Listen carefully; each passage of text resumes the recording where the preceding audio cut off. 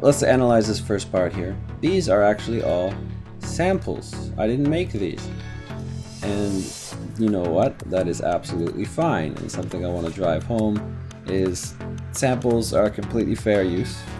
Use them as much as you like.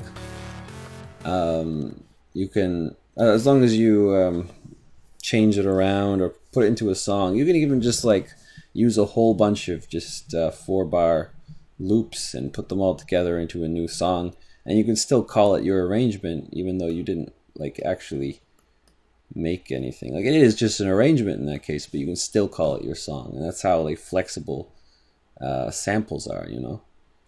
So obviously I'm not like abusing samples and just doing that, because I make my own patterns, but I use samples to like be the sound in the pattern. I didn't want to go into a synth and then have to work with presets and knobs and stuff for ages. Like synth, I'll do a quick rundown on synth probably in this lecture. They're quite fun, but it's quite tedious. It's better just to drop it in and go and have your fun there. But yeah, we have different things like a cymbal crash. We have this snare roll, which actually I did edit this one. It had like a little pause there, and all I did was slice out the pause. Like, this is the slice tool. It's how you just cut stuff in half. Like, I don't know, this one will be sacrificed. I can just reverse. But if you see, I stretch this across there, instantly they turn into two separate things. You know, you can always like take this one and re-stretch it out to be the same as that. But hey, you know, you can cut it. So what I did was like I cut it and I shortened it, pushed it together, and then it sounds like a smooth fill instead of having that space there. Anyway, I will do Control Z. So actually, Control Z is the undo and the redo key. So you can undo something, as you can see, and then I press it again and it's redo, you see. So this is always quite frustrating, but you can now just press Control Alt Z and you can go back as far as you like, because FL Studio kind of makes a record of everything you're doing in this session. So you can just go back in time as much as you like. But this is basically the history of the project, current project, right?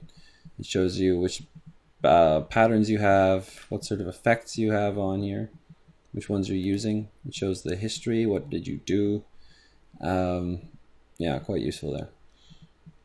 But it pops up whenever you hit Control Alt Z.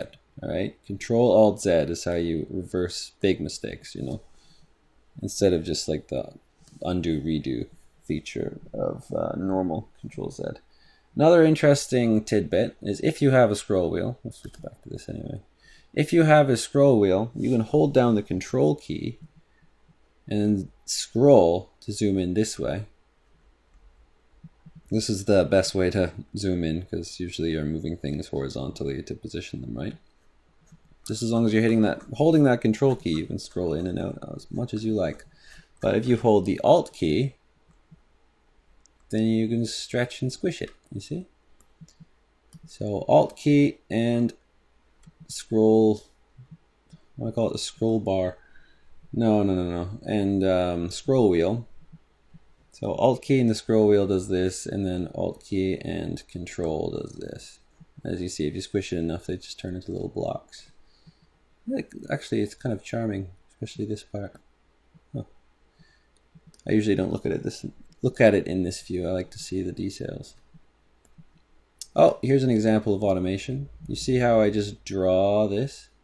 This is, at the bottom is 0, at the top is 100 for the volume envelope, the volume knob in one part in this mixer here.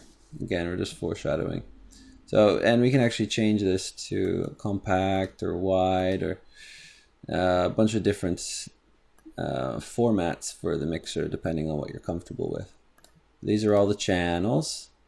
As you can see, there is a channel link up on everything here. So I can switch this to 6 or 5 or 7 or whatever I like just by clicking and then dragging upwards or downwards, right?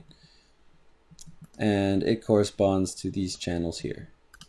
And in the channel, you put effects like reverb, which is like reverberation. Let's say you yell in a big room and you hear it reverberate. I'm sure you know what that word means. We have H-Basm's stereoizer, which is the best stereoizer I have found. It really increases the sense of space with anything you apply it to. And then we have the EQ, which I will have like a dedicated lesson to. This is changing the frequency response. Like this is around 2K here, so 2000 hertz. I'm not sure the letter note, but I have dipped it there because it sounded a bit better when I dipped it there. You know, I'm just doing it by ear. And then I drop off the bass because this is a really important one. Everything has bass and everything has treble around here, but it's the bass you want to look out for. The only thing you want, like, to be playing low bass is your low bass you know. You don't want your main synthesizer to have a bunch of low-end content. And everything has subharmonics, as they're called, of, you know, low bass. Even hi-hat has a little bit of bass extension there, and you want to cut that off because if it has it, then it's going to be competing. You know what I mean? It competes with other instruments, like it competes with the bass. The bass starts getting kind of unclear, not crisp. In fact, this whole mix here, I didn't actually mix it and master it yet. This is all just kind of put in here. First listen, you know. So listen to the bass here.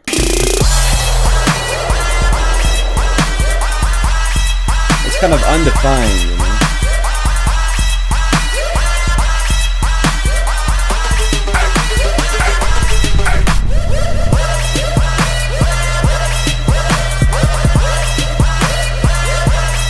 Yeah, it doesn't sound bad. You know, I've been doing this for a while.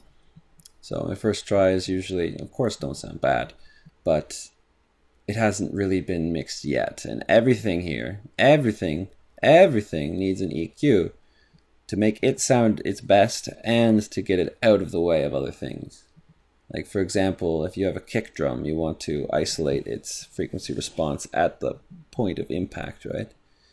You really want to isolate it there, and you want to dip frequencies in the mid-range so it doesn't get in the way of main vocal leads or, you know, things in the mid-range, the meat of the song. You don't want it to get in the way, so you do a little dip there to make it more clear, and that's the fundamentals of EQing, and I will definitely demonstrate that a bit later on. This is just kind of foreshadowing, so you're aware. Like, from looking at this, you can kind of see how it works, right? You click and drag these, it moves the spectrum, and each one moves it at a different ratio. You change these to change the bandwidth, which just means like the severity of its curve, basically. And this is position. It's just the position on the EQ. Really, really simple stuff. These are the levels, like rudimentary levels that you'd see here. So these are at 0 because we don't want any bass in a lead synth. We just want it, you know, to be itself, to be completely separate of the bass tones. We don't want it muddying anything up. That's the word, muddying, you know. When everything just sounds like incoherent and not cohesive, it doesn't fit together properly, and it sounds flabby and not fun to listen to. That means it's muddy, you know. Nothing's defined. Like when you listen to a really, really, really produced song, like really well mastered and mixed and everything, like a EDM song or something, you can really pick out every instrument in the spectrum, you know. But when you first throw together a track, when everyone first throws together a track, you have to make all the sounds deal with each other. They have to work together. Apologize for my phone going off a bit. I didn't know I had my volume on. So, yes, that is all that. Hopefully that gave you a bit of a rundown there.